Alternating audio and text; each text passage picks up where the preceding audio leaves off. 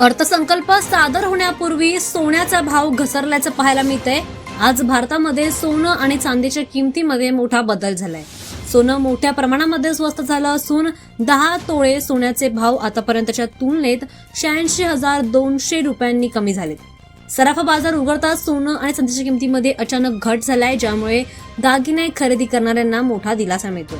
सरकारकडून सोने आणि चांदीवर आयात शुल्क कमी होण्याची शक्यता चर्चेत आहे। अर्थसंकल्पात हा निर्णय आकार घेत असल्यास हा भाव आता आणखी कमी होऊ शकतो, त्यामुळे सामान्य ग्राहकांनाही याचा फायदा होणार आहे असा अंदाज आता व्यक्त केला जातोय। आजच्या बाजारात 24 कॅरेट सोन्याची प्रतितोळा सुद्धा मोठ्या प्रमाणामध्ये घसरलेला आहे। 22 कॅरेट आणि 18 कॅरेटच्या दरात सुद्धा मोठी घट नोंदवली गेली आहे। 24 कॅरेट सोन्याचा भाव बोली लॉन्च झाल्यावर मोठ्या प्रमाणामध्ये घसरलाय। 22 कॅरेट आणि 18 कॅरेट सोन्याचे दर सुद्धा नोंदवल्याचं पाहायला मिळतंय।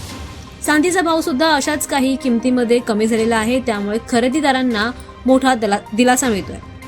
सर्व बाजारामध्ये 24 कॅरेट सोन्याची किंमत प्रतितोळा 1,60,730 रुपयांवर पोहोचली आहे।